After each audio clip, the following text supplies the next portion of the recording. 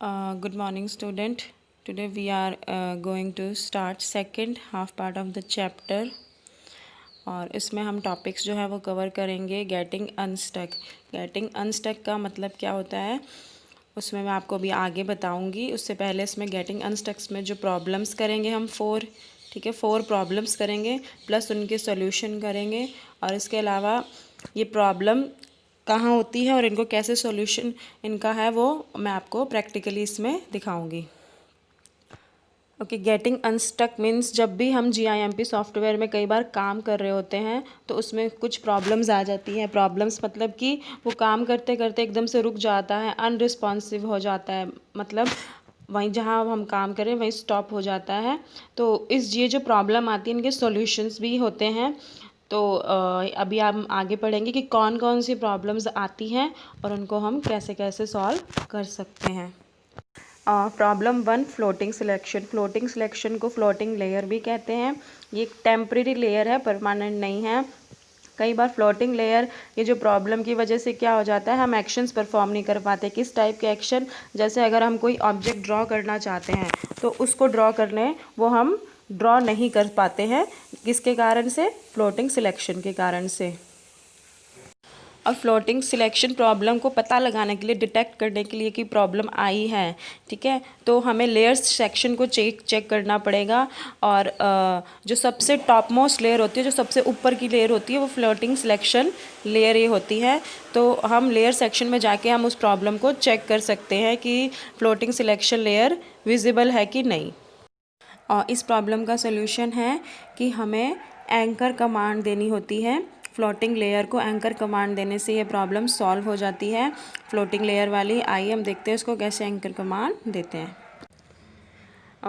Anchor command को activate कैसे करना है। इमेज विंडो, जैसे कि पिछले पार्ट में हमने पढ़ा था, बार बार इमेज विंडो का यूज़ हो रहा था, उस पर हम जैसे ही क्लिक करेंगे सामने से लेयर मेन्यू खुल जाएगा। फिर उसकी एक ड्रॉप डाउन लिस्ट खुलेगी लेयर मेन्यू की, उसमें से हम एंकर लेयर ऑप्शन को सिलेक्ट करेंगे, ठीक है। उसके बाद you can also anchor a floating selection by creating a new layer, clicking the anchor button on the layer section. ये 2 चीज़ें अभी मैं आपको पिक्चर के थ्रू समझाऊंगी, क्योंकि जब हम एंकर लेयर ऑप्शन को सिलेक्ट करेंगे हमारे सामने विंडो ओपन होगी जिसमें 2 ऑप्शन होंगे, एक तो न्यू लेयर का और एक एंकर का।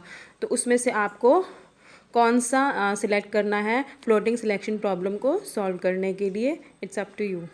ओके, देखिए GIMP विंडो ओपन करने के बाद इमेज विंडो पे क्लिक करने के बाद लेयर मेन्यू हो गया। लेयर मेन्यू जैसे ही खुलेगा एक ड्रॉप डाउन लिस्ट, नीचे देखिए आपको दिख रहा है एंकर लेयर ऑप्शन आ रहा है रेड डॉट पे, इसको हम सिलेक्ट करेंगे। जैसे ही हम लेयर मेन्यू में से एंकर लेयर ऑप्शन चूज़ करेंगे ये हमारे सामने डायलॉग बॉक्स ओपन हो जाएगा। इसमें देखिए सर्किल में 2 ऑप्शंस दिख रहे हैं। मैंने आपको बताया था ना, फ्लोटिंग सिलेक्शन को हम 2 तरह से एंकर कर सकते हैं, एक न्यू लेयर और एक एंकर। तो ये आपकी चॉइस है, आप इसमें से न्यू लेयर को सिलेक्ट करना चाहते हैं या फिर एंकर ऑप्शन को इस प्रॉब्लम को सॉल्व करने के लिए।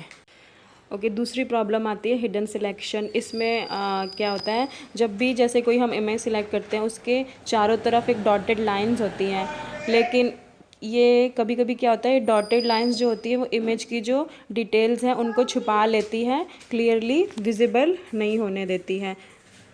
प्रॉब्लम 2 का जो सॉल्यूशन मैं आपको बता रही हूँ, इमेज विंडो पे क्लिक करके आप व्यू मेन्यू पे क्लिक करेंगे। जैसे ही व्यू मेन्यू अपीयर होगा उसमें एक ड्रॉप डाउन लिस्ट खुलेगी, उसमें से आप चेक करना आपको कि जो शो सिलेक्शन ऑप्शन है उसके साइड में टिक का साइन है या नहीं। अगर टिक का साइन है दैट मीन्स वो सिलेक्टेड है, और अगर उसके आगे टिक का साइन नहीं है तो वो सिलेक्टेड नहीं है। तो क्या करना, आपने उसके आगे टिक का साइन लगा देना है, तो आपकी इस प्रॉब्लम का सोल्यूशन हो जाएगा। कौन सी प्रॉब्लम का? हिडन सिलेक्शन प्रॉब्लम का, ठीक है।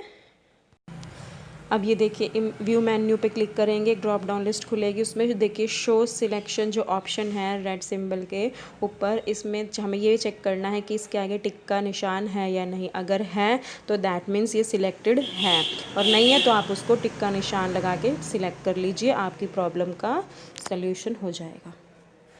Okay, now problem 3, active layer is not visible. Problem 3 क्या है?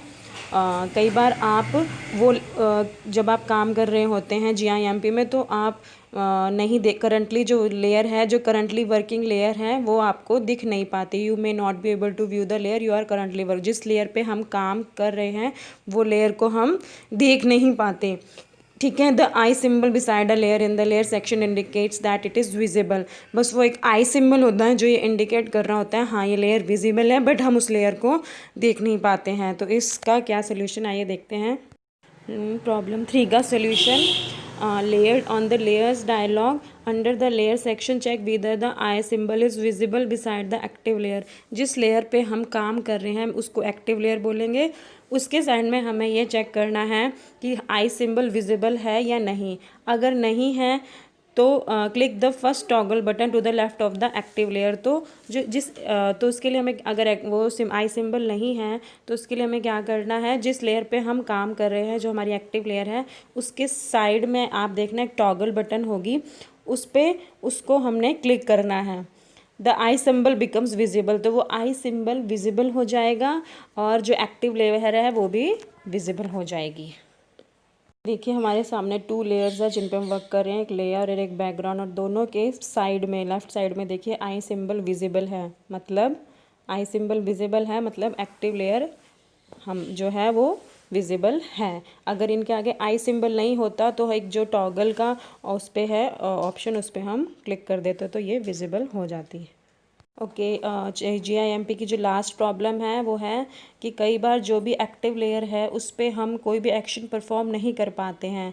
तो इनके 2 रीज़न्स हो सकते हैं, देयर में भी 2 रीज़न्स कि अगर हम किसी लेयर पे एक्शन परफॉर्म नहीं कर पा रहे हैं, इसके 2 रीज़न्स सकते हैं। फर्स्ट तो ये कि the layer you are currently working on is not in the first position, मतलब जो एक्टिव लेयर हमारी जिस पे हम काम कर रहे हैं वो अपनी फर्स्ट पोजीशन पे नहीं है, जो कि उसको होना चाहिए। और दूसरी प्रॉब्लम आ सकती है ओपेसिटी की, ठीक है, ओपेसिटी उसकी लो है। तो ये 2 प्रॉब्लम्स आती है जब हम किसी भी लेयर पे एक्टिव लेयर पे एक्शन परफॉर्म नहीं कर पाती है। तो आइए इसके सोल्यूशन को देखते हैं। ओके, प्रॉब्लम 4 का सोल्यूशन यही है। पहली प्रॉब्लम यही थी कि फर्स्ट पोजीशन पे नहीं होगी लेयर जो होगी एक्टिव, तो उसको फर्स्ट पोजीशन पे ले आए। उसके लिए आपने क्या करना है, माउस को प्रेस, लेफ्ट बटन को प्रेस एंड होल्ड करते हुए जो वो लेयर है उसको आप ड्रैग करते हुए सभी लेयर्स से ऊपर ले जाके उसकी फर्स्ट पोजीशन पे ड्रॉप कर दीजिए। ड्रैग एंड ड्रॉप करना आपको आता ही होगा, ठीक है। तो वो एक्टिव लेयर जो है आपकी फर्स्ट पोजीशन पे आते ही क्या हो जाएगी, विजिबल हो जाएगी, ठीक है। दूसरी क्या प्रॉब्लम थी, ओपेसिटी की। उसके लिए भी आप adjust the opacity of the layer in the layer section, drag and the opacity slider. Opacity को सेट कर दीजिए, उसमें साइड में स्लाइडर होता है ऊपर नीचे का। आइए हम देखते हैं कौन सा स्लाइडर होता है। ओके, ये देखिए इसमें 4 लेयर्स दी हुई है, लेकिन जो हमारी एक्टिव लेयर है वो 3rd पोजीशन पे है। तो आपने बस क्या करना है, माउस से प्रेस एंड होल्ड करते हुए इसको फर्स्ट पोजीशन पे ड्रैग एंड ड्रॉप कर देना है, तो वो हमारी जो लेयर है वो एक्टिव हो जाएगी। और दूसरी हमारा क्या था, ओपेसिटी। वो ऊपर देखिए उसके ऊपर ही, लेयर्स के ऊपर आपको ऑप्शन दिख रहा है ओपेसिटी का, है ना। इसके साइड में देखिए आप की साइड में स्लाइडर्स दिए हुए हैं, तो इससे आप इसकी ओपेसिटी भी चेंज कर सकते हैं। तो आगे की पिक्चर में मैं आपको क्लियर दिखा रही हूँ, ये देखिए ओपेसिटी वाला ऑप्शन जो है सामने क्लियर आ गया है, दिख रहा है आपको ओपेसिटी। वो जो रेड सिंबल है वो उसके स्लाइडर्स है, इससे आप इसकी ओपेसिटी को इंक्रीज़ डिक्रीज़ कर सकते हैं। ओके।